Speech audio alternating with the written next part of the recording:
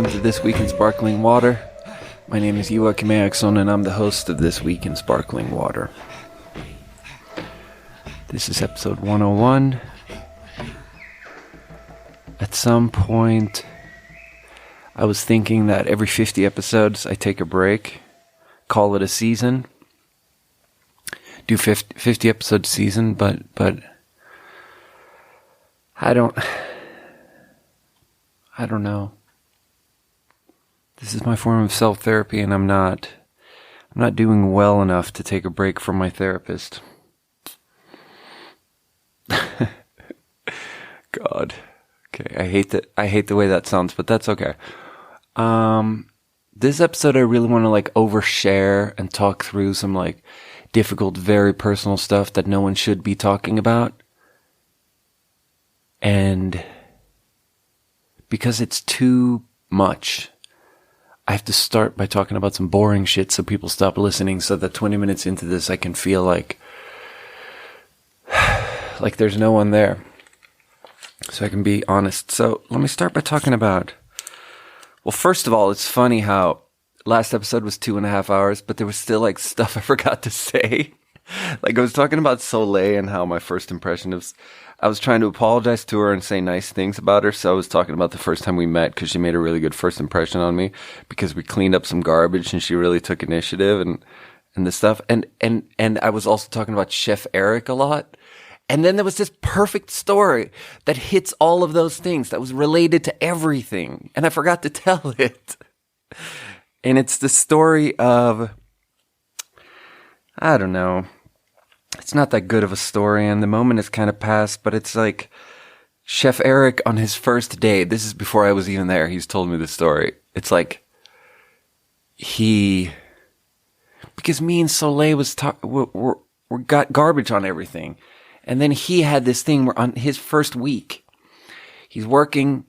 At the end of the night, he's alone there. It's his first night alone there. He's taking the trash out, and he was overzealous. And we have this weird boat-shaped sled that you can fill up with trash bags and recycling stuff, and then you pull that down to where the big trash containers are. So he filled it up too much. And he's all new and nervous at this luxury hotel, and he wants to make a good impression. He wants everything to be perfect, and he's super tired because he's been there since 8 a.m. and it's fucking midnight.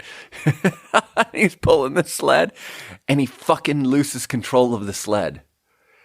And this enormous trash bag rips open, and there's this BMW, and it falls next to the BMW, barely missing the BMW, but this huge, industrial sized trash bag full of little bitty food waste and just all this gross shit goes everywhere under the BMW. So at midnight, when he was so ready to go home and he just wanted to be done and he was just going to take the trash out and clock out and be done and be okay, first week at work, almost done. I'm doing good. It's going well, He finds himself laying on the ground, scooping the trash out from under the BMW because, I don't know. Anyway, I don't feel like this story has any color, but it's that would have been a great, if I'd remember that story in the flow of last week's episode, that would have been great. There's this other thing I've been thinking about, which is how, it's another social media observation. It's a weird feeling how when you're on Instagram and you're looking at someone else's life and you do this thing where you see their life and it's the fun part of their life, and it's when they're at the river or when they're at the beach or when they're having brunch or when they're out, they see something pretty and they take a picture and maybe they put a filter on it, maybe they don't. The filters are kind of overplayed. We don't really do the filters so much anymore. But regardless, there's the metaphorical filter of how you only take pictures when you see something pretty. You don't take pictures when you see something mundane and boring. The thing you see every day. You see someone else's life like that. But it's weird because it's not like we see the flow and feed of someone else's life and then sit on a couch and look around the room and compare their feed to what we see in the room. Like, that's not actually how it works. The way it works is that we then upload our own stuff, and what we're actually comparing is we're comparing our own feed, basically, to their feed. And so there's this weird thing where you can disengage and not be on social media. Like, now I don't have anything on my phone, and I check it on my computer every once in a while. And I'm in a pretty good habit with that, where it's like, that means that it can't take up that much of me. It cannot ruin me. But I don't post anything, ever. I never post any pictures from my life. And the result then isn't that I compare myself to the people's lives that I see that are great on there, and I feel bad. The result is that I end up with this feeling of just not knowing. I just don't know how my life would compare. Because I haven't seen my life for a long time now through the lens of the square pictures that we decide to put on Instagram. And because I haven't seen my life through that, I don't know. It's just, you end up with this weird vacuum. It's like, you don't know if you're living a good life or if your life is good enough. It's almost what it feels like. It's weird how there's no solution to any of this.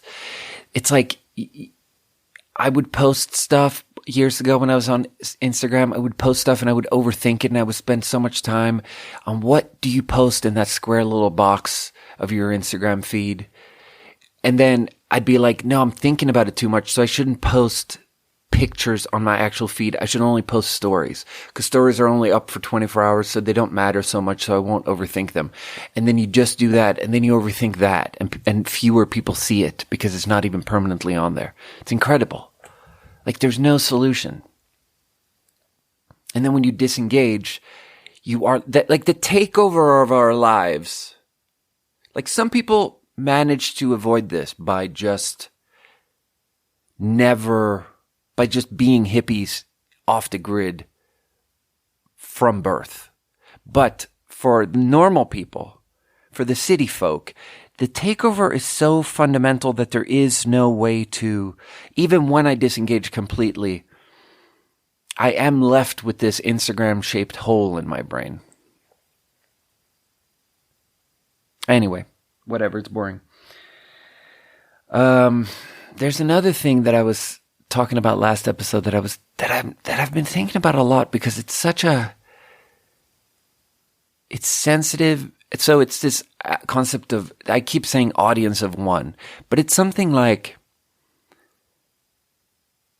when you make content, whatever you make, and you put it out and you're looking for an audience, I'm starting to believe that you really have to conceptualize your audience as one person. Because if you see it as anything more than one person, that will come with it, built in, a nothing is ever enough quality. That's very reminiscent of AA and addiction and all this stuff. Where, like, in AA, there's this expression of, this well-worn, very true, very, very solid expression of, you know, if you're an alcoholic, then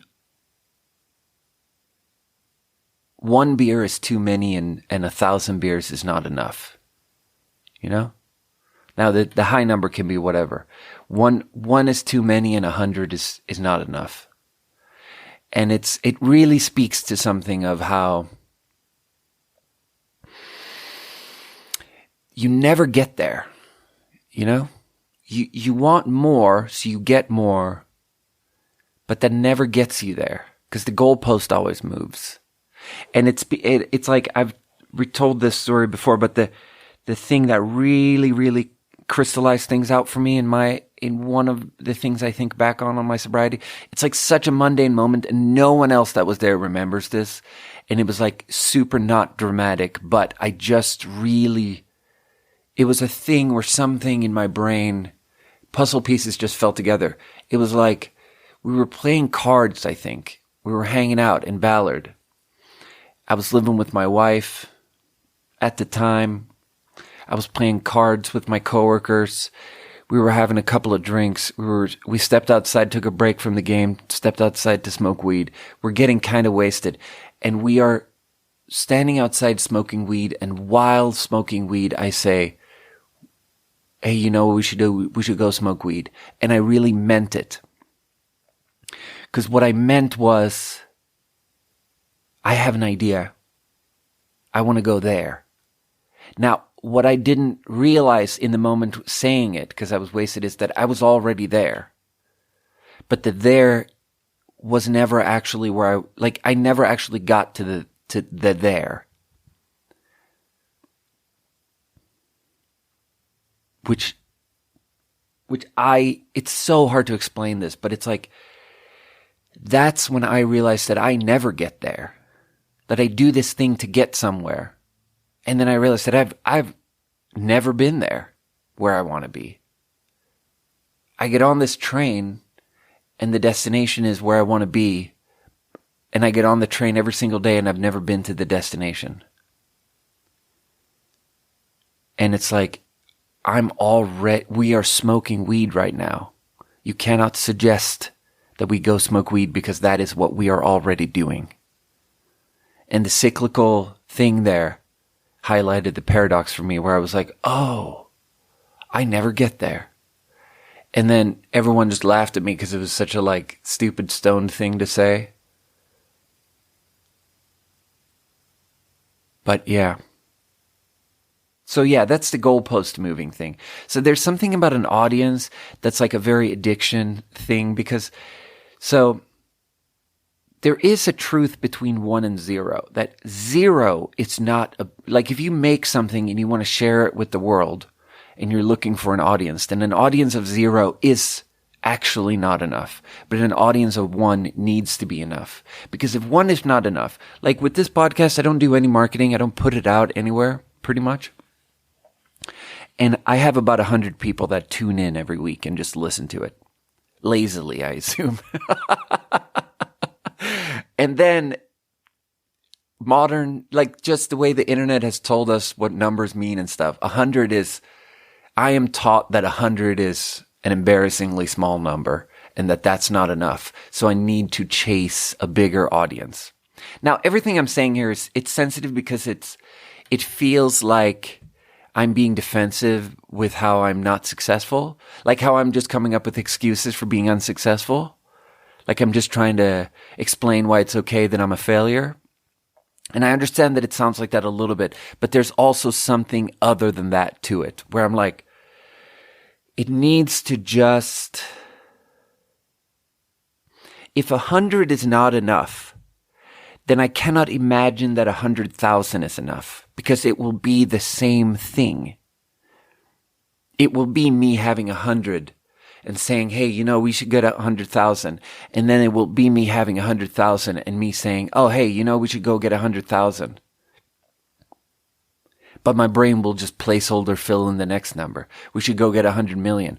Now, I don't know how to even get 200. So don't get me wrong. I'm not choosing to not have 200 listeners because I don't know how to do anything like that.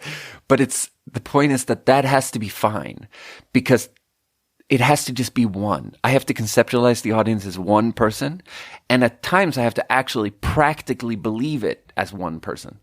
Like I've had to many times just believe that the only person listening is Dr. Luke, or maybe Erica, or maybe Soleil. Just 1 person. And it's like, I need to just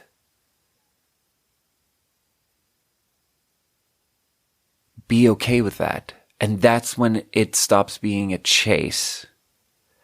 And that's when we just rest in the peace. We just rest into a peaceful state of, it's already good enough, Which is what the addiction solution is. Like you have this thought, like, oh, I have to go get wasted because I feel terrible. And the solution to that is to just relax and realize that it's okay to feel terrible. Everything is already good enough. You have this idea, you sit down and meditate and you're like waiting to feel really calm. Because you're like, I'm meditating, shouldn't I feel really calm? But really you should arrive at this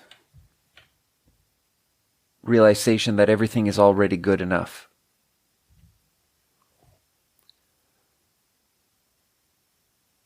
I have been feeling extremely anxious recently about some things that might be or become big problems, and things that are big problems for people around me. Earth-shattering sized problems. And I have had to teach myself in the last week specifically to think of it as, well, those people clearly don't have the anxiety that I have. And I have to be grateful for my anxiety, because logically it is looking like my anxiety will save my life here. Because my anxiety makes me risk averse. I'm probably jinxing it, and my earth will probably shatter since I say that, but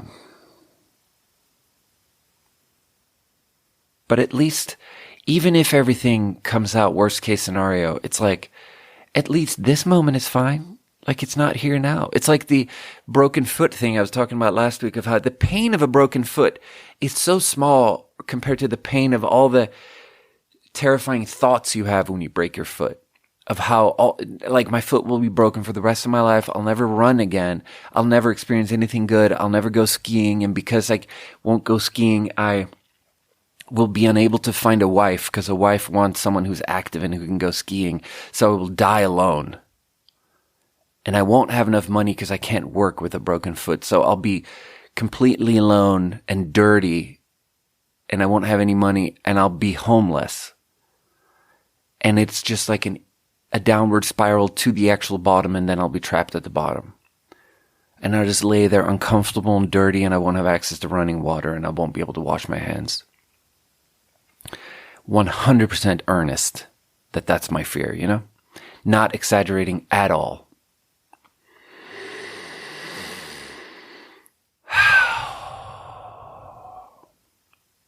Yeah, what was I saying?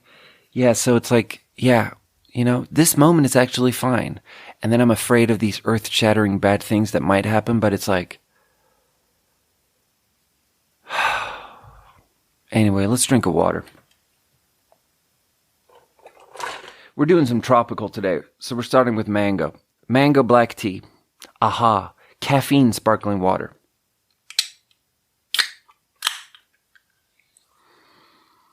Ooh. Very clear, strong mango smell. Okay, I fucks with it. Mm-hmm. Gentle sort of tea bitterness to balance the mango sweetness, but everything very much like in the whisper range. We're using inside voices in this sparkling water. There's no yelling. Everything's very quiet. Everything's very, it's a very chill, hydrating kind of deal.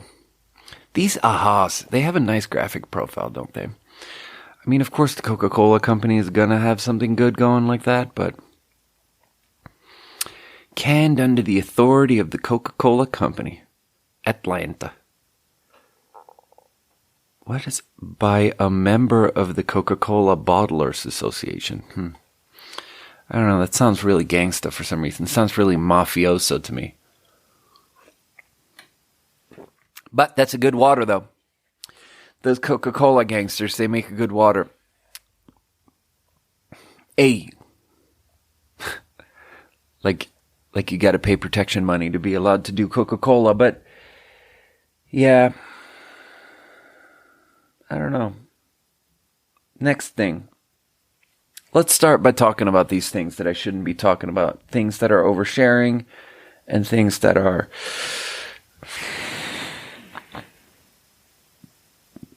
oversharing is less of a problem, but infringing on other people's privacy is an issue. So we're going to talk about a bunch of things here, and I'm going to just keep it as anonymous as possible. And really, what I want to talk about is my feeling towards my own life, but I have to use some of these things that have happened around me to illustrate that. So first here, let's talk about a person that I will just call this coworker A. Coworker A, this person started working here like a long time ago where I work or whatever, somewhere. Person A started out kind of shitty at their job, and then it got a lot worse. And then person A, I thought we had a similar sense of comedy, humor. We liked some of the same podcasts. There were actually things we were connecting over. And then we just sort of slid apart where, something I like about Theo Von is his sobriety journey. And this person was always like, yeah, Theo Von's the best, but this person was always saying that while being wasted, And somehow I was always reminded of this. Theo Von has 1,000 things to say about sobriety, but he has this one thing he says where he's like, he says he doesn't like talking to drunk people. So he's a stand-up comedian and he'll go to these shows and then people will try to talk to him after the show and they'll be wasted. And he just finds it uncomfortable being sober and talking to drunk people. And he doesn't have a good explanation for why. But the feeling is true though. And it's just like that. It's just uncomfortable. And in those moments, I would always be reminded of him saying that because listening to her talk about how much she likes Theo Von when she's clearly wasted, I was like, I felt sacrilegious. I felt like she was missing the point. Yeah. Felt like she was missing the point. He or she, coworker A. Anyway, things got a lot worse, blah, blah, blah. Coworker A kind of got fired or something. I don't know. Maybe coworker A was allowed to quit. Maybe coworker A got fired. Anyway, there was an exit and it was messy. And then the thing is that there's this other coworker. Let's call this person coworker B. So when coworker A exits, coworker B is like, let me tell you a funny story. And coworker B pulls me into this other room and is telling me this big story and is like, so when coworker B is like, oh, when coworker A got fired, coworker A immediately then went to this other establishment and was pretending like coworker A is gonna buy something, but they just got fired like 5 minutes ago. So this person should not be spending money. This person should be focusing on sobering up and getting a new job. But this person is out there pretending that they were going to buy something, but really they were going to steal something. And then the person gets caught stealing 5 minutes after getting fired. They literally walked out of an establishment where they used to work after getting fired or quit or something. Walks around, stumbling around town, all wasted, ends up in a different establishment, is trying to pretend like they're going to buy something, tries to steal something, gets caught. And then when coworker A gets caught stealing, they play it off as like, oh yeah, no, I was going to buy this. And then coworker A proceeds to pay for it. The thing that they were going to steal. I have no idea how much money this is, but let's just say it's $200, So then coworker A, who just got fired, proceeds to pay $200 for something they don't even want.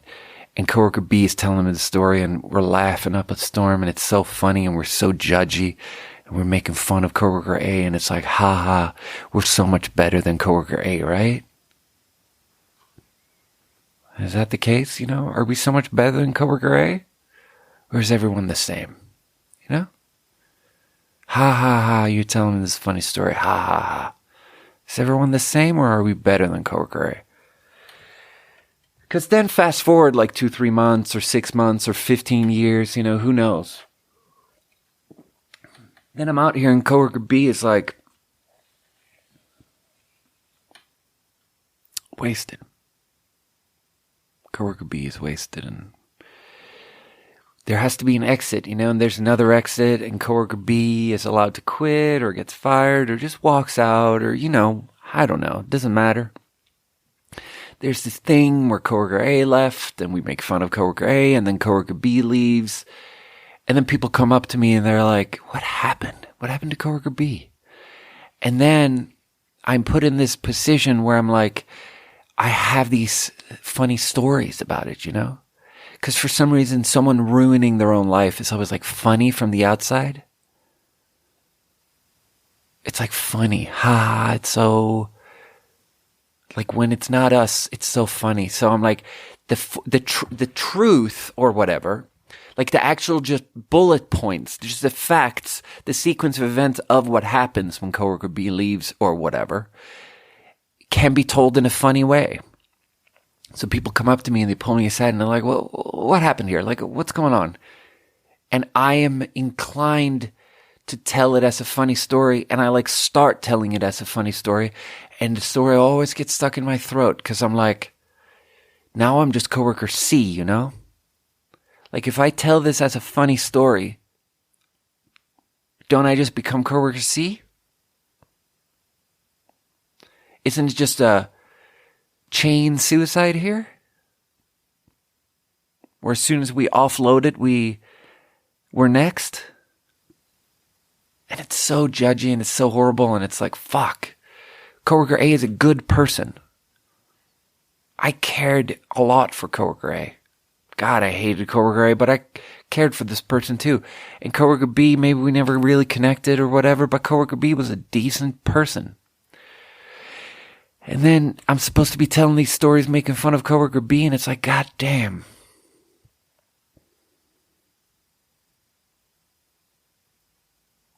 Yeah. I really feel like I'm setting like every word I say in this story of making fun of coworker B, I feel like I'm setting myself up to just be like relapse and then like get wasted and then get fired and then, then coworker D will be telling funny stories about coworker C, and coworker C is Joakim. Coworker C is me,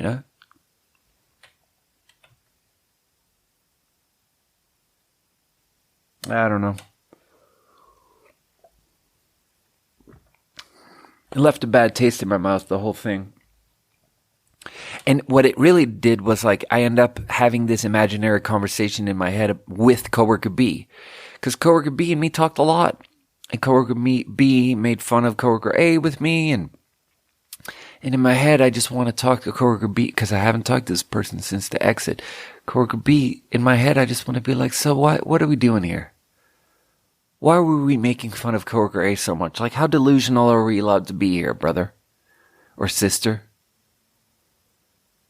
How delusional are we allowed to be that we think that we're better than someone?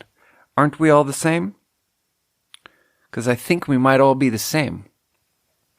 I think we might all have addiction problems, and I think we might all be walking a really treacherous path in life of not being able to handle our feelings and I don't know, dude. There's so many people around me that I can clearly see that they have an issue and they don't want to admit it. I'm going to put someone on blast here because I love her. And I was talking to Stephanie about this, and Stephanie is like, Stephanie had some bad things happen to her because of drinking.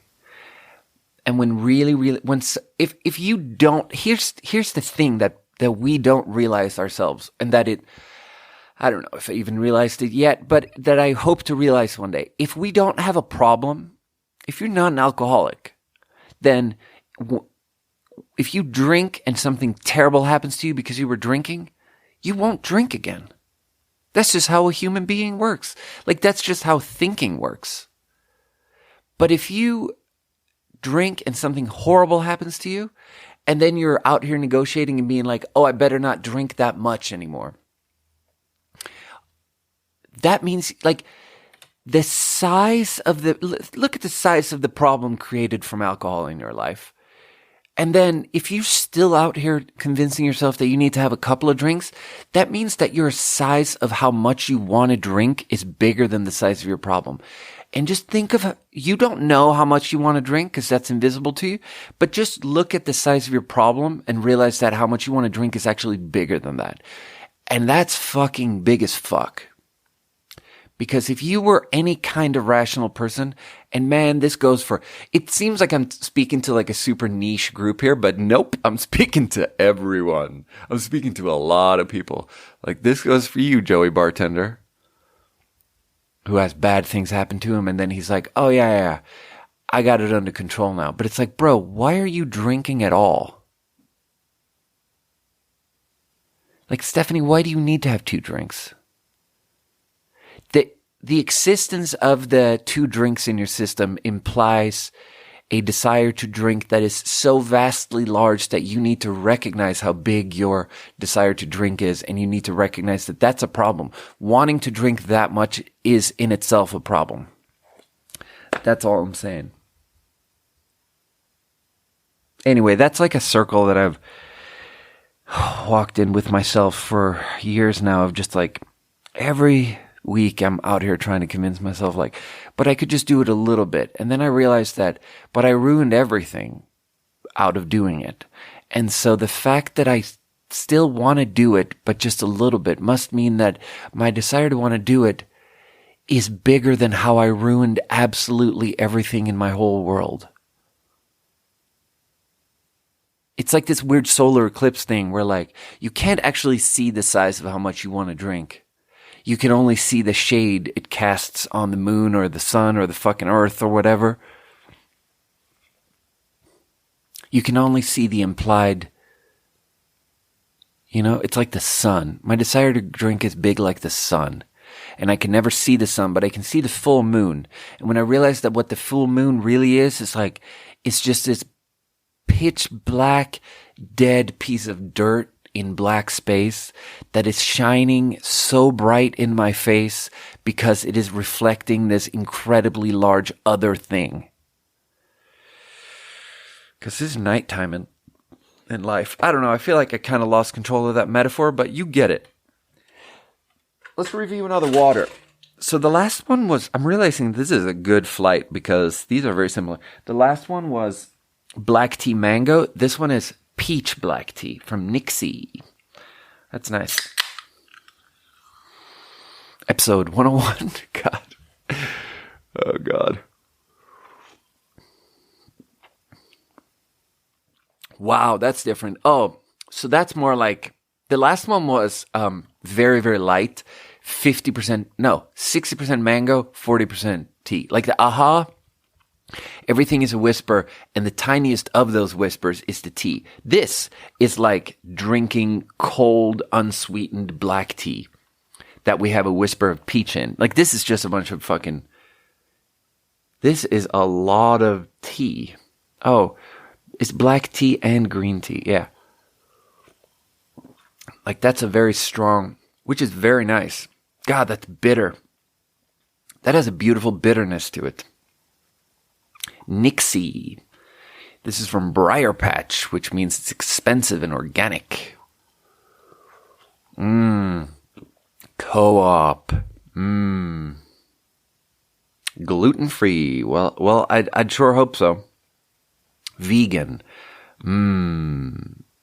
I'd sure hope so. Oh, it's made by someone named Nicole. The sign off on the fucking copywriting is enjoy. Regards, Nicole. Which means that she named it Nixie after herself. I just was emailing with this guy from a sparkling water company called Wilfred's. And this guy Craig emails me, and then his signature, I can see that his middle name is Wilfred. So he named the company after himself. How fun is that? It's so fun. It's like that terrible sparkling water company that's now in Panda Express. I can't even remember what it's called, but that was just the guy's fucking last name or something. Anyway, I like that too. That's also an 8 out of 10. All right, so let's move into something even more difficult and even more private and even more oversharing and even more infringing upon other people's privacy. Because now we're deep into this episode, and now I feel like no one's listening, so now we can be totally honest here. So, to start this off, the thing is that I've been talking to my friend Sam, and she talks about her problems, and I talk about my problems, and we have known each other for, a decade now, so there's some really tough love we can give each other. And we know about each other's psychological models, and it's good, Sam said a lot of things to me that made me realize stuff that she didn't even realize what she was saying, but it made me realize stuff that led to me getting a divorce. Like, I would still be married if it wasn't for Sam. And lots of other stuff. But so Sam and me were talking about, I was talking about this issue I have of trying to find a long-term relationship. Trying to find myself, trying to be okay in a long-term relationship, trying to... What is it? What is the problem? The problem is that I get bored in relationships, where I pick the wrong partner, and there's a compatibility problem, and there's all this stuff. And so Sam gave me some quite conventional advice, which is maybe try not to sleep with them right away. So conventional. And I don't mind this advice. And I do think that there's a lot of wisdom in these old they're kind of the echoes of religious ideas and stuff. It feels like there's a lot of sort of religion that we've discarded the religion, but some of the lessons hang around. And I feel like some of that's going on in there. And I don't mind this advice. But so then we start unpacking it and like, why though? Like, why do people say don't sleep with them right away? Why is that good advice? And I think what we mean when we say that is that don't meet someone and go on some dates and stuff and spend time with them and get to know them before you sleep with them, because sex makes everything complicated and sex might be corrupting to your thought process. Sex might make you not think of it clearly, because thinking of it clearly is to think of it rationally, think of how they treat you and how you treat them, how you want to treat them, how they want to treat you. Think of compatibility. Are you actually compatible? What are the actual issues here? What are the actual advantages here? Like, how is this good? Do you respect them? Do they respect you? Like, what are the actual things going on here? And then the idea is that if you start having sex, then sex makes you like not think about it clearly. I think that's like the conventional sort of setup. And the thing that I realized when we really started unpacking it is that misses the point for me completely. Because really, are we even recording? Hold on.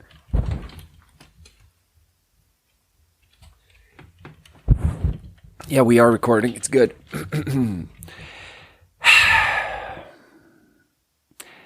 That stuff misses the point for me because I experience it as sex is a lot more confusing for women than for men. For me, it's like I always figure out a way for the sex to be like kind of good and like it's kind of good for everyone, we're kind of hanging out, we're kind of working on it. Never starts out, it doesn't start out perfect, but you like work on it and like there's a lot of different things to like figure out and you can like take it slow and like not try everything right away and like the sex is always like I always end up seeing the sex as a kind of separate journey that doesn't influence my thinking that much. But here's the thing that does corrupt and influence my thinking and really muddies the water for me. It's my need for connection and my sex isn't the thing that makes it hard for me to think clearly about this. What makes it hard for me to think clearly about this is how fucking lonely I am. And how I fucking need connection. Like, I don't have a best friend that I can check in with every day and that I can just talk to about stuff. Every day. In a way where they just listen to me talk about it in an unfiltered way. And they just let me talk and they just are my friend. and I let them talk, and I listen, and I acknowledge them, and they acknowledge me, and we shoot the shit a little bit, and we bounce ideas, and it doesn't have to be super meaningful, and we just hang out. And we're just there for each other, and we trust that we will be there for each other. Like, because I don't have that, when I start talking to someone that has the potential to be a romantic partner and maybe a monogamous relationship, they quickly turn into this person that I just check in with every day. And then what you run into is this, it's almost like this problem that you have with like getting a new therapist, where like, if you've ever gotten a new therapist, what you experience in the beginning is just like overwhelming discomfort of realizing that you have to explain everything to them because you're not sure what's relevant. So you have to give them your entire backstory, which is incredibly convoluted. Where it's like, it would be so much better if your mom was a therapist so you could just tell her what happened today and she already knows everything from your past from the moment you were born, so she can tell you what's probably relevant to why you did that, or why you reacted like that, or why you feel bad about that, or whatever.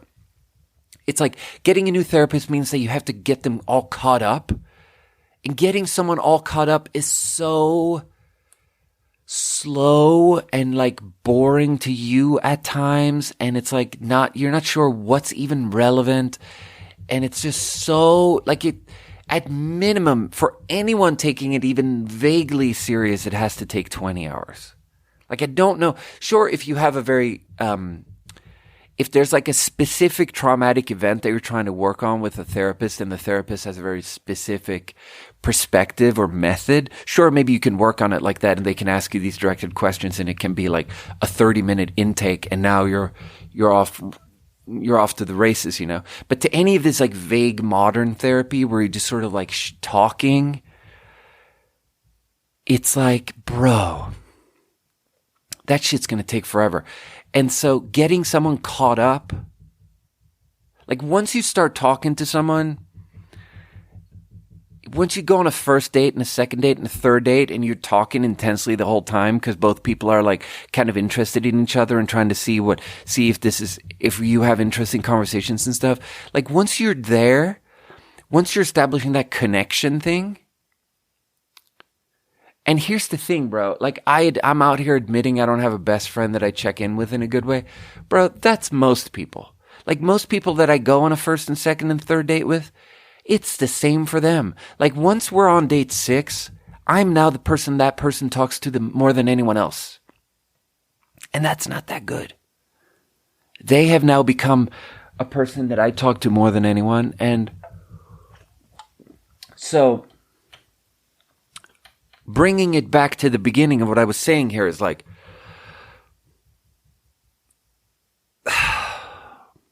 what it means for me is like, I need to meet someone and I need to remain cognizant of that. And I need to, when I'm on date 5, I need to be like, are there glaring problems of compatibility here and how much we respect each other and how much we're into each other that I am just disregarding because I'm so hungry for any sense of connection and so hungry for another human being to just have someone to check in with at the end of the day, to just not feel like a tumbling black rock that's just like dead,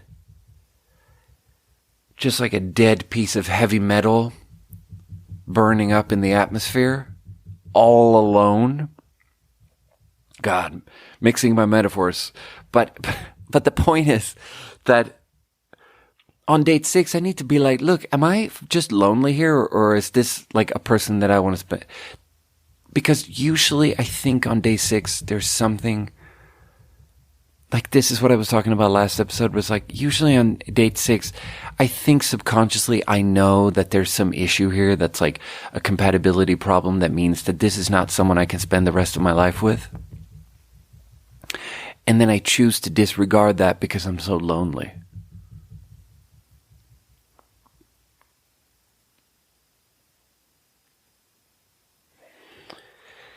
Oh God, it's like there's this song by Ziza where she goes, "It's hard enough that I let you treat me like this.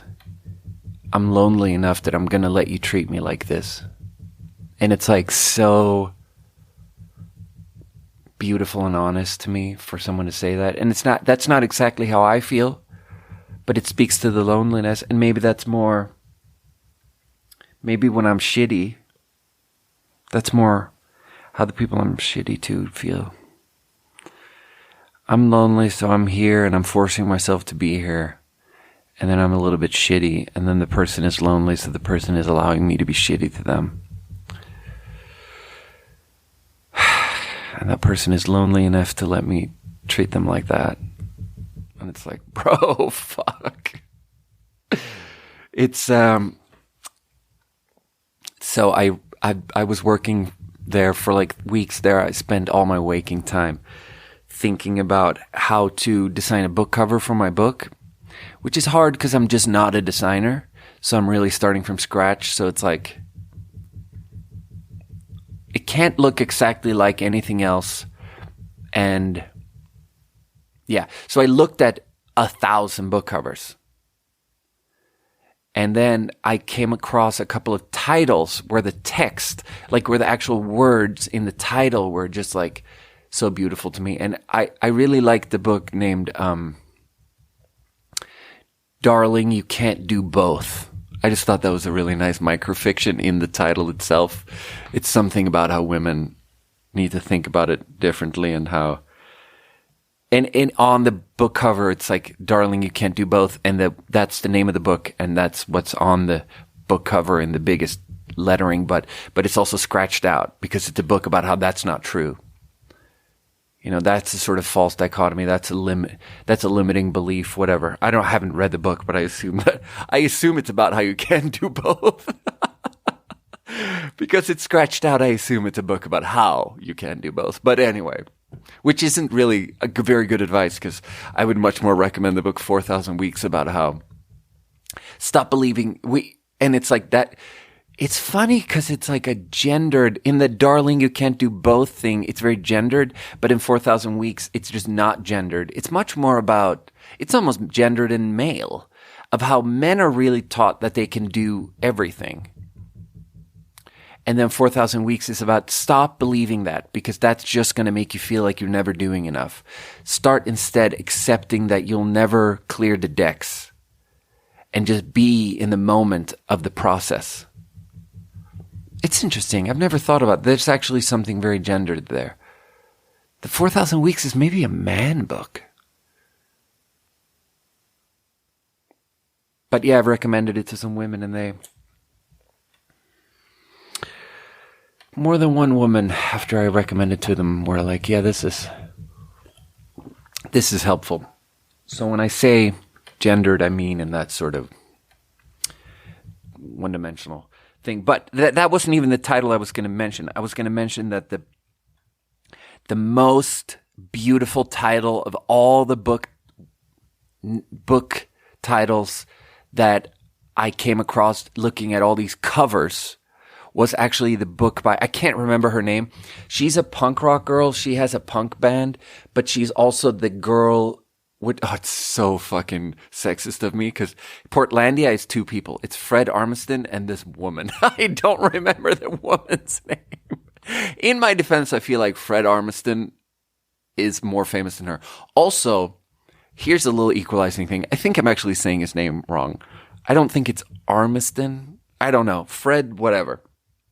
The woman in Portlandia is also a punk rocker, also in a band. She does a lot of different shit. She's obviously hilarious because Portlandia is on season 9 or whatever. In Portlandia, there's like countless sketches in Portlandia that seeped through the cultural, consciousness and became just monolithic ideas. But her book, she wrote a book, and the name of the book is Hunger Makes Me a Modern Girl. Oh, fuck. Hunger Makes Me a Modern Girl. Ooh.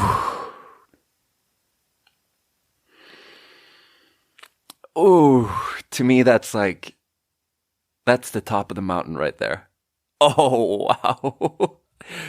I love how, I love everything about it. I love how I couldn't come up with it because I'm not a girl and you have to be a girl to say it. And I love the feeling of looking at someone do a craft and looking at it and feeling like, yeah, I couldn't do that. I could spend my whole life trying to do it and I would never be that good at it. And that's how I feel. Like I could live my whole life trying to come up with titles, names for books, and I could get really good at it. And I could come up with a really good name for my own book. And my book could be named The Potato Eaters of Shanghai. But I could spend my entire life and I'd never get that good where I could come up with the title, Hunger Makes Me a Modern Girl. It's like there's no fat. There's rarely fat, though, on a book title because it's supposed to be so succinct. But like, it's like a weird, like, the matrix of the word. Like, how is hunger connected to modernity and gender? And what is hunger? It's like the feeling of wanting more.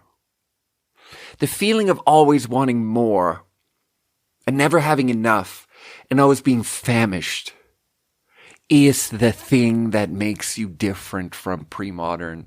Oh God, everything about it is like, the more you unpack it, you realize how you're not equipped to unpack it. Like when I start unpacking it, I realize I'm not smart enough to actually understand it, but it's like, but it's all there. It's all there and it's all beautiful. Oh, it's so fucking good. Hunger Makes Me a Modern Girl. God, I guess, you know, when I saw it and when I was blown away by the goodness of the title, I never once felt, oh, I should read that book. But that's because I was in a mode of looking for I was looking for a visual design for books. So I wasn't looking to read a bunch of books. So, and that book, that visually it's not actually that good. And, like it's just a black book cover and the text is white and the weight of the text is too light. And there's like a black and white oversaturated sort of photo of a woman in the corner screaming or doing a punk rock thing or some shit, stage diving or something. But the words and the poetry of the words will carry you across the finish line there. But so what I'm realizing is that I should probably read that book.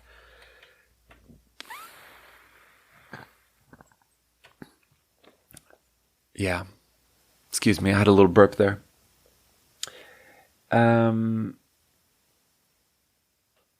Anyway, so I was thinking about that thing. With Sam and how Sam is out here giving me advice because I'm not thinking about it clearly. And she's like, to think about it more clearly, maybe don't get sex involved. And then when I think about it in terms of that, I realize that it's actually, the problem is my loneliness. So almost one solution there is to like, make sure first that you have a best friend that you check in with all the time. And then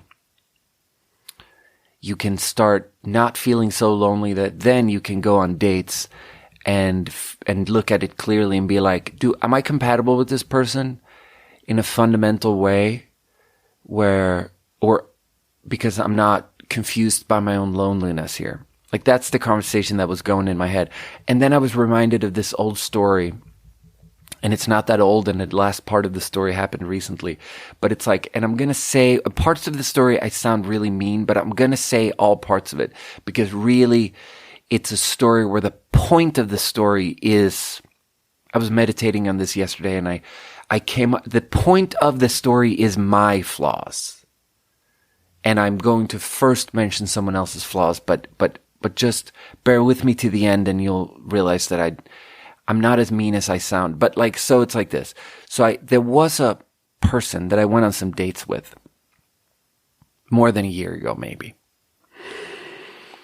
We go on a first date, we go on a second date, we go on a third date. The first date, maybe we just chill and have a beverage somewhere. We're talking, it's like very nice and it's very civil, and we both come off as kind of smart people with similar maybe political values, similar maybe, ways of similar frame of reference, just like she just was like a healthy, physically healthy, mentally healthy, just a little bit anxious, but has it under control person from like a modern, not tortured family, so there's not like some crazy daddy issues. There's not like some religious extremist upbringing. She's just kind of like thinking about things clearly and being a good person. So there's the second date. I invite her to my house. I cook her dinner. We're hanging out. And then second date, I ask her if I can kiss her, and we like make out a little bit on the deck, and then we eat some food, and then we watch a little bit of TV maybe. And then maybe third date, we like, I don't remember. Maybe we like sat outside, and maybe fourth date, we like made some pots out of clay. And now all the girls that I've been on dates with where I at some point made pots out of clay with them, they'll be like, oh, you're like that fucking piece of shit guy in that Olivia Rodrigo song, Deja Vu, who just like does the exact same thing with all the girls. But it's like, shut your face. I just do that all the time. It's just something, I just need to do something with my hands. So I do that alone all the time, often, and I do it with people often. And it's like I'm not claiming to be, I don't know. Maybe if I go on a date with someone and then for date 4, I invite them over to my house to like make a pot out of clay, a flower pot. I need to tell them, like, just so you know, this is not the first time on date 4 I've told some girl to come over to my house and make pots. Like, am I supposed to say that to not be a piece of shit? Probably. So uncomfortable. It's so uncomfortable. But anyway, so maybe we did some of that, and then maybe she came back at me and was like, come over to my house, let's do some watercolor. Because she liked to paint watercolor. And so we're spending a lot of time together, right? We're going on all these dates. There's a lot of good conversation. There's a lot of smart conversation. The news, politics, how we feel about things, our families, opening up a little bit. Yeah. And another thing that's just like about how that's different from me, maybe, or you something. It's just the healthiness of just sticking with a career, sticking with an idea, a career, a job idea, going to school for it, sticking with it, getting an undergrad in something, getting a job related to your undergrad, just working on it, working at the same company for enough years that it makes sense, working on a craft, building a career, having one of these, just having the, we on some level, like, I'm fucked up where I leave and go to a new city every single year. And I'm 35 and I've done that 20 times. And it's a form of self-sabotage, and it's pathological, and it's a way for me to run away from my emotions, or thinking I'm going to run away from my emotions, but I'm always right there.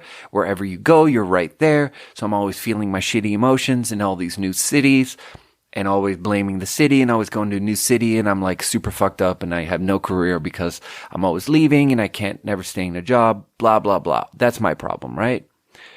And that's the problem of tons of people who have some of these problems that I have, maybe. And then me looking at her and just how she is like in year 10 of a pretty consistent path where she maybe is in her late 20s and it's just going to go kind of well for her. I can just tell how she's like, she isn't haunted by demons, and that means that I was saying some of this to Sam, and she was like, look, the fact that you don't live in your small town doesn't mean that you're a loser or self-sabotaging. It just means you didn't want to live in your small town. And it's like, that's true, but it's like my shit is like way more my shit is way more self-destructive than just, I don't live in my small town anymore. Anyway, so this lady's like healthy like that. And so there's date 3 and 4 and 5, and we're making out and stuff. And then somewhere on date 5 or something, this is tough to talk about because I just want to give you the facts of the story, but some of the facts of what I thought and stuff are so mean. So somewhere on date 4 or 5, we're making out and it's nice, and maybe it's a little bit handsy and stuff. And at some point there,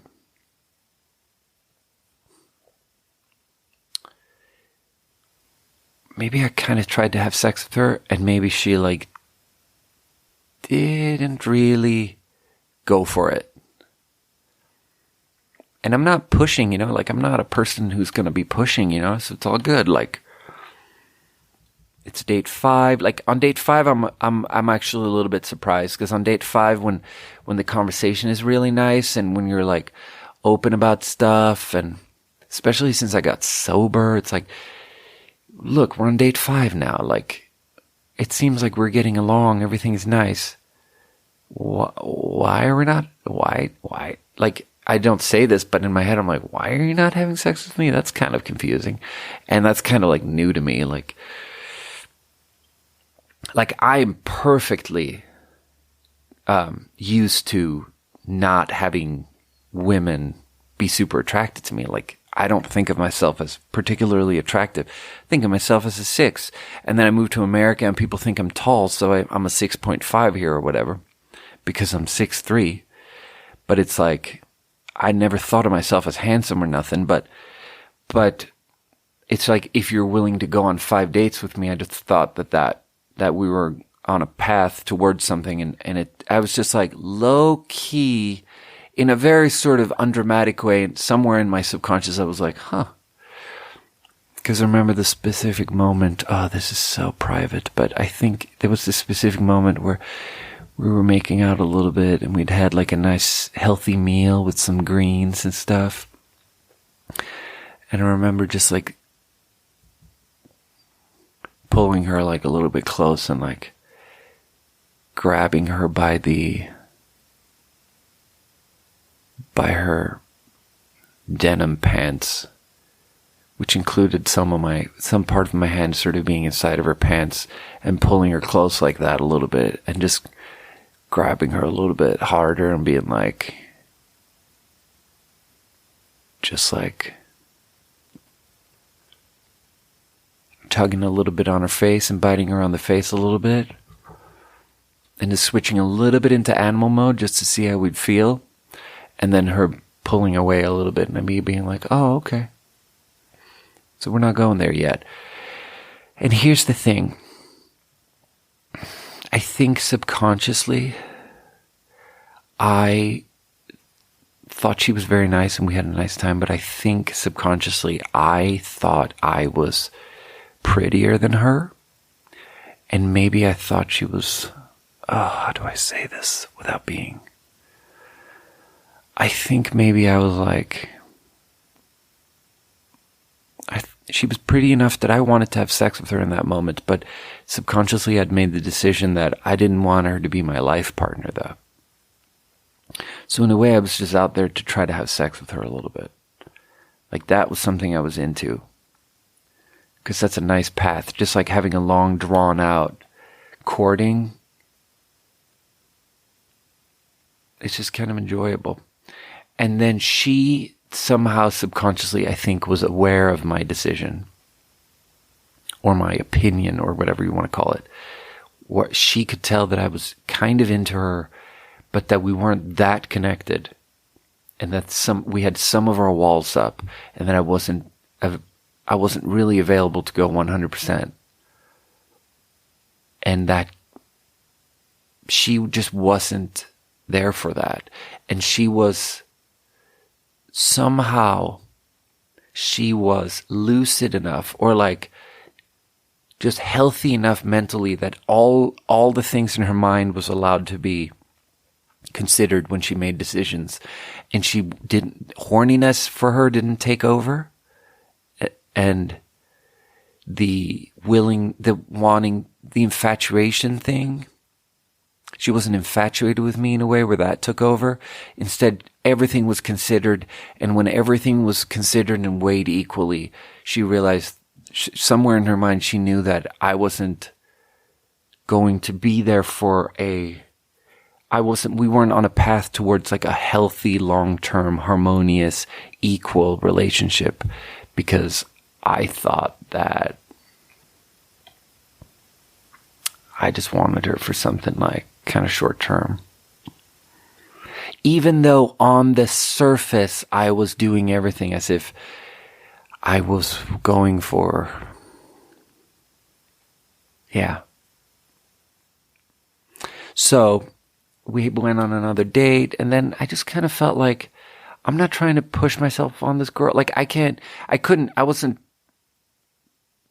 going to alter anything in my subconscious, any decisions or stuff.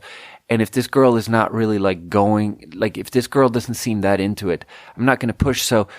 So we just sort of like texting sort of tapered out. And then after date 6 or something, we just like didn't see each other again. And then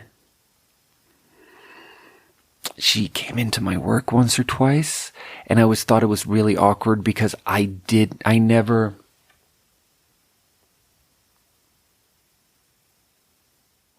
I think it was awkward?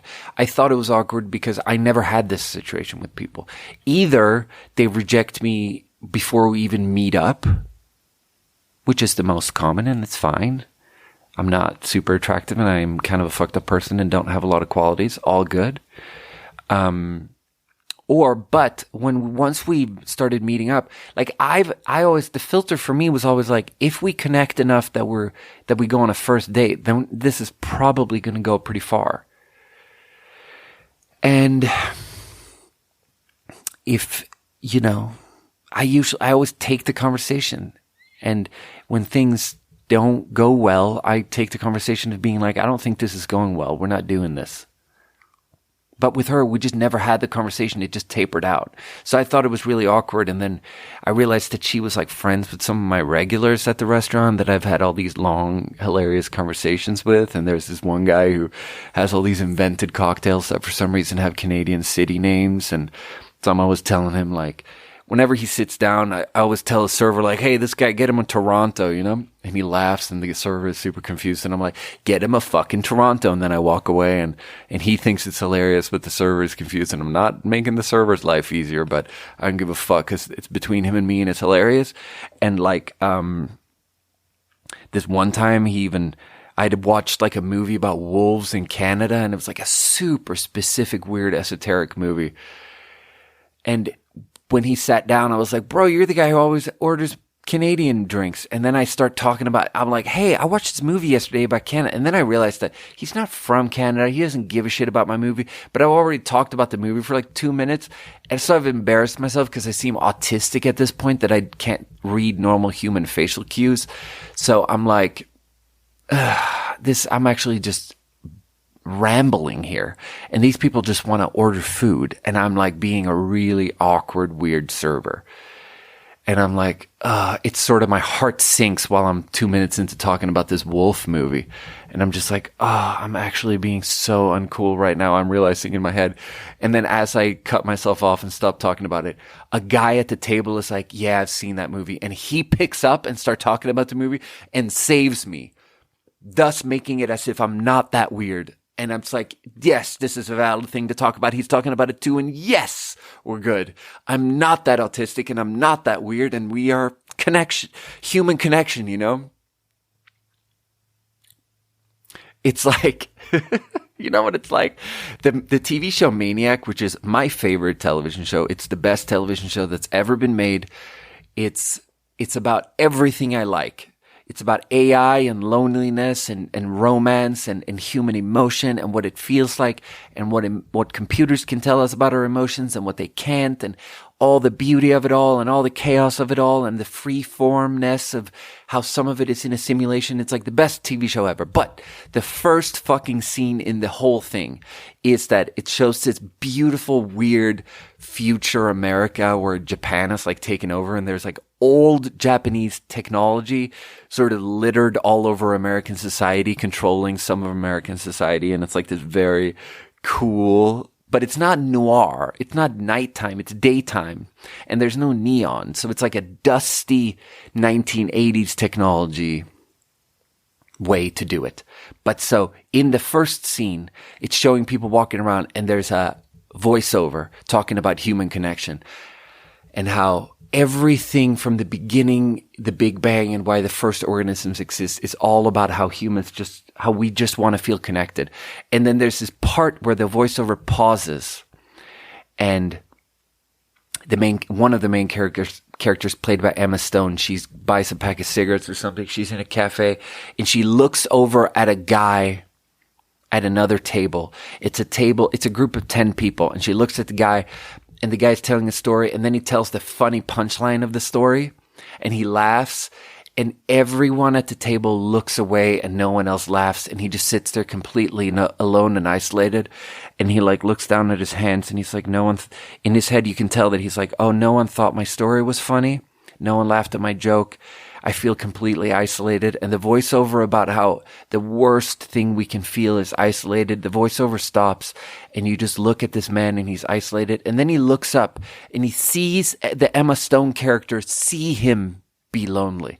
And that makes it even worse, because he not only is he lonely and he's alone with his loneliness, he sees how someone can tell that he is a failure and disconnected and lonely. And it makes it even worse. So he starts to fidget when he sees her see him fail.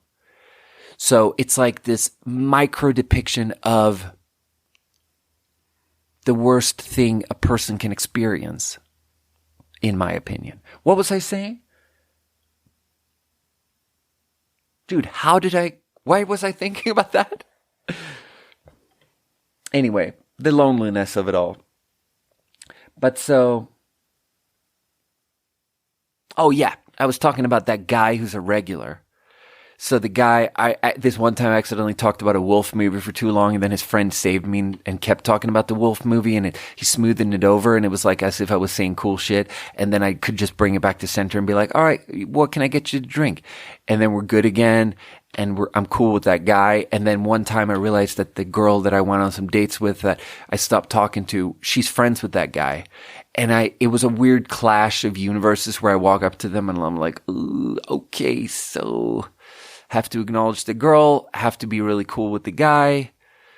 Ooh, awkward. Don't know how to handle this. So she comes in a couple of times. Things happen, you know? We're aware of each other in this big room. And we're both anxious enough that I know that we're both anxious about it. And then this thing happened last week where, I don't remember, it's something where I think a four-top sits down, four guests sit down at a table, and Stephanie goes to greet them and waters them and says hello. And then there's something where she's too busy, or I don't have any tables, or for some reason she's like, you want this table? Excuse me, I did a burp. For some reason she tells me, you want this table? And I'm like, I do want a table. I don't have anything going on, or something. So I go over there and I look at the first person and the second person and the third person, and I say hello to all of them, and we're chilling, and I ask if they want a drink, and then I look at the fourth person, and it's the girl. It's the girl I went on some dates with. And how do I describe all of this? Oh, God. Like, I wish I could describe why I think I'm prettier than her, but it's too mean. Can I say it? Can I just say that I think her face is a little bit asymmetrical.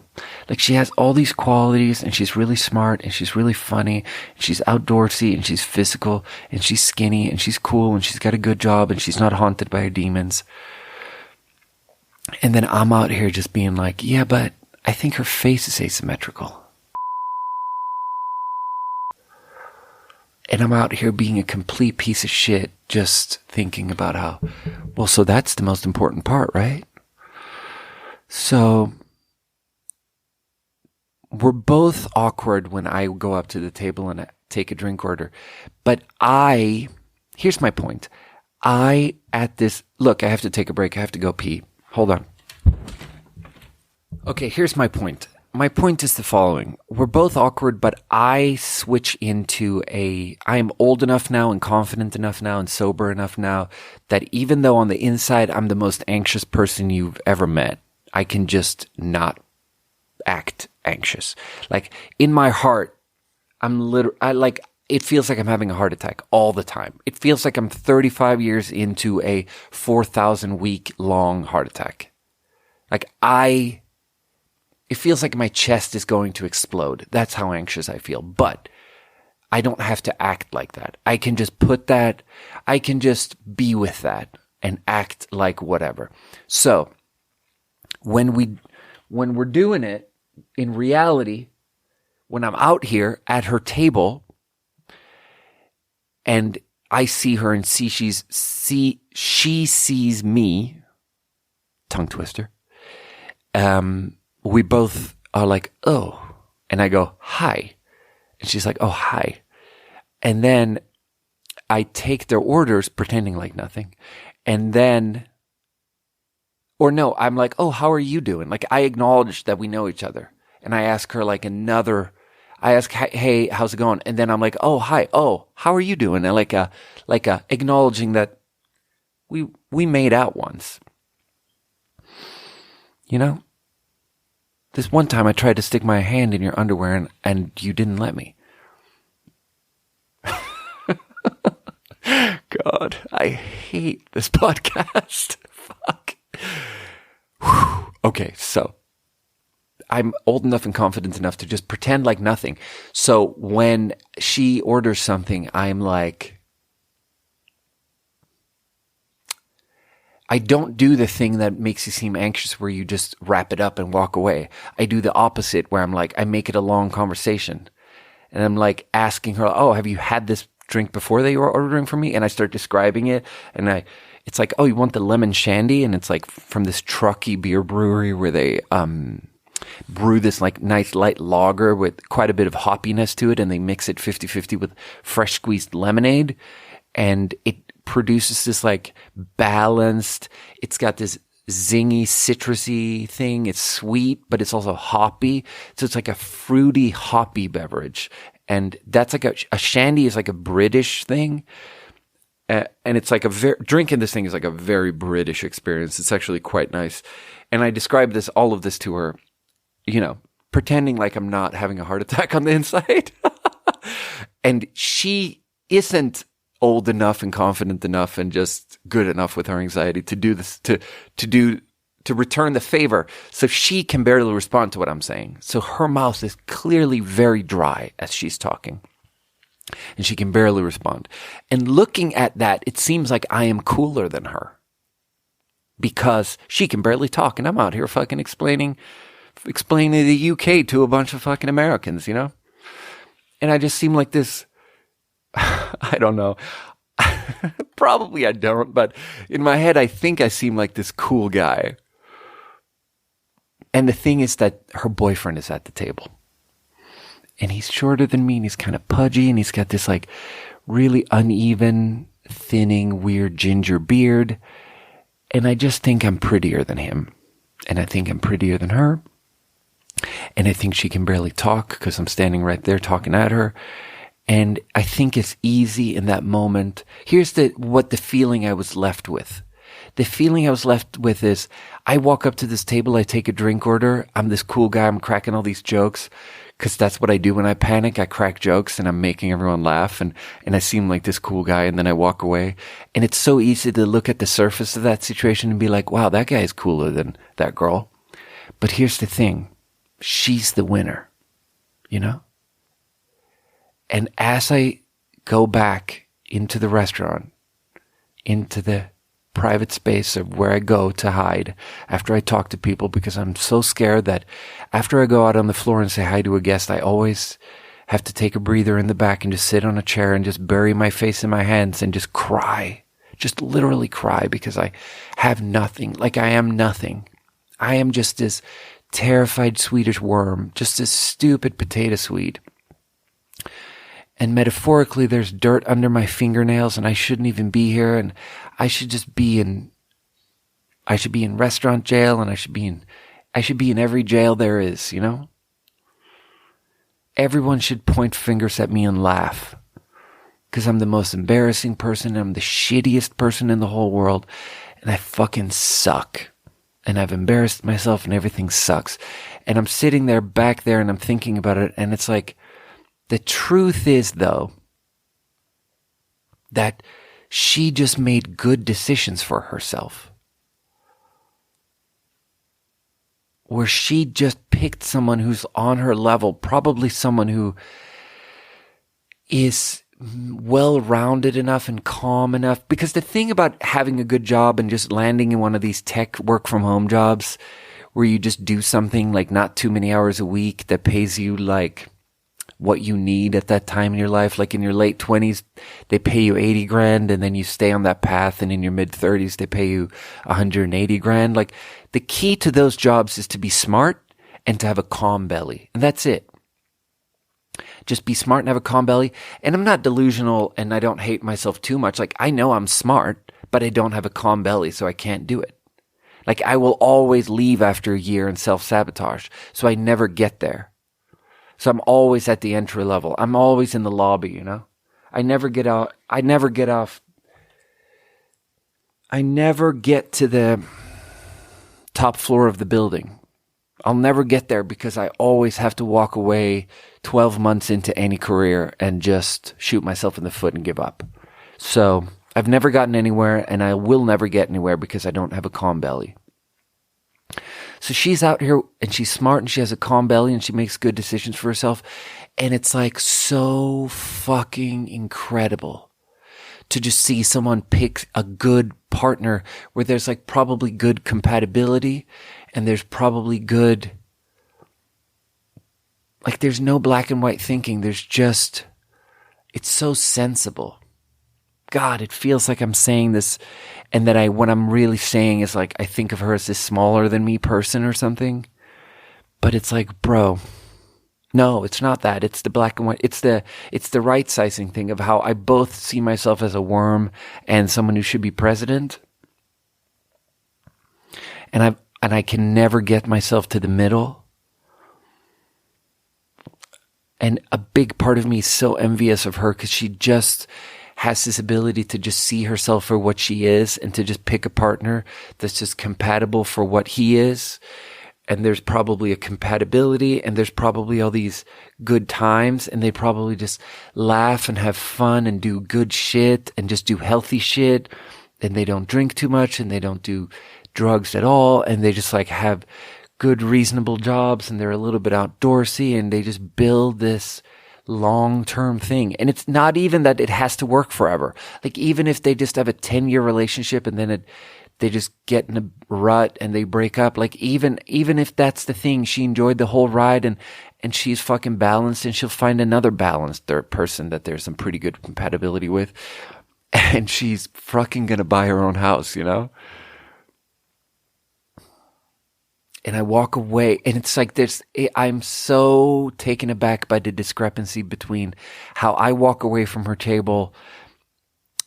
And if her dad isn't a very insightful guy, he can probably be like, wow, that guy seems cooler than your boyfriend. Why didn't you end up dating that guy?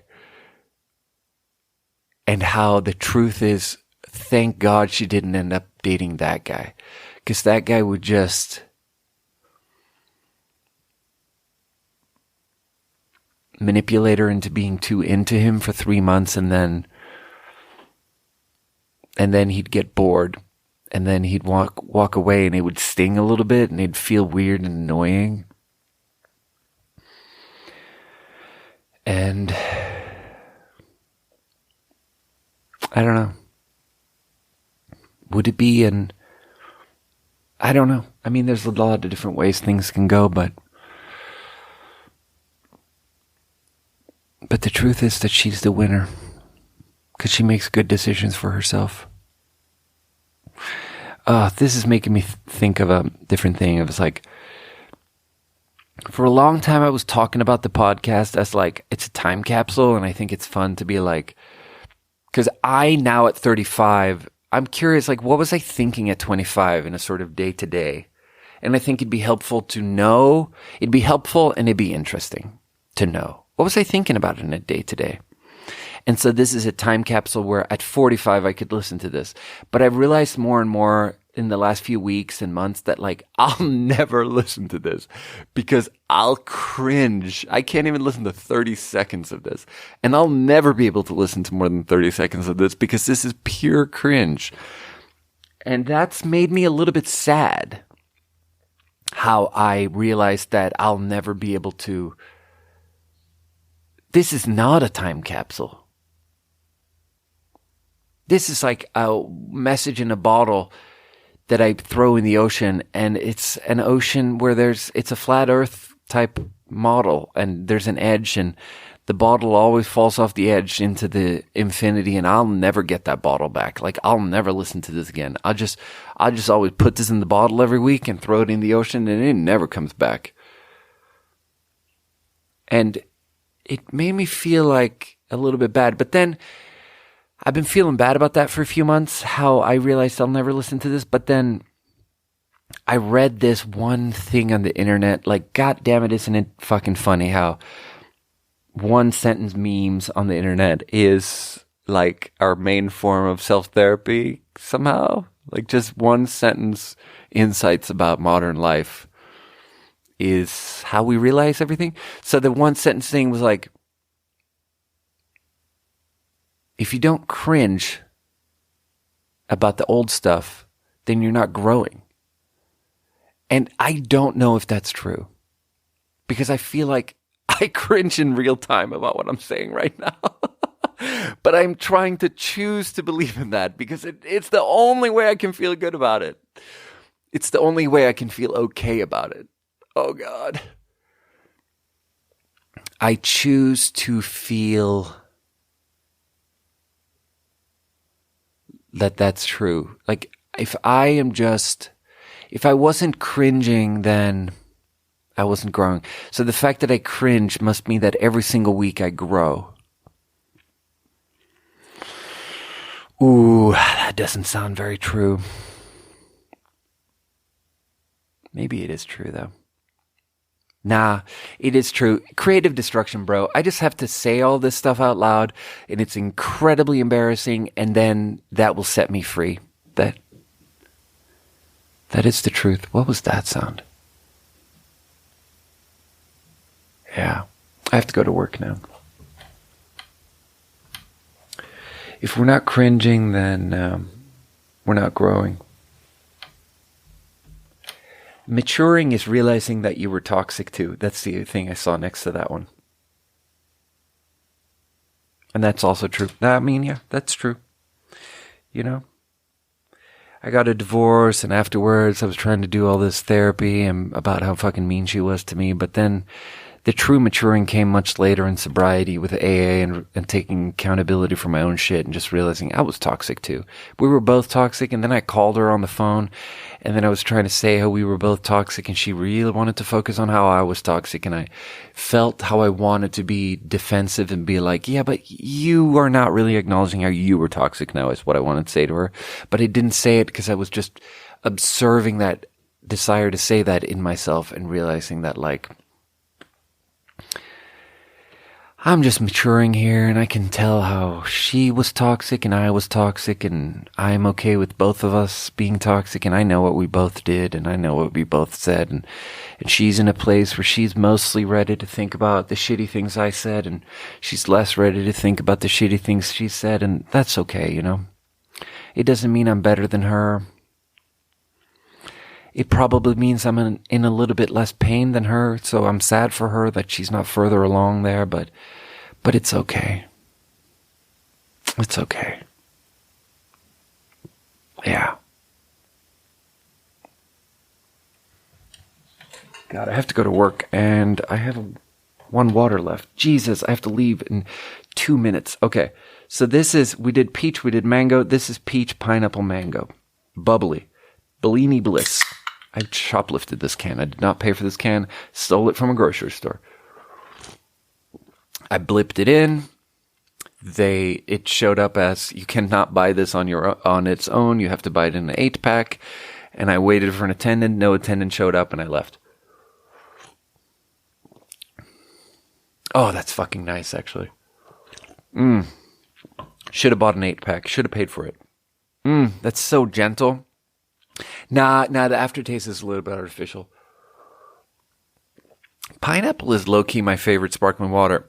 And this starts off pineapple-y, so it's really nice. But then it goes super artificial and almost metallic, which brings it down to a 7.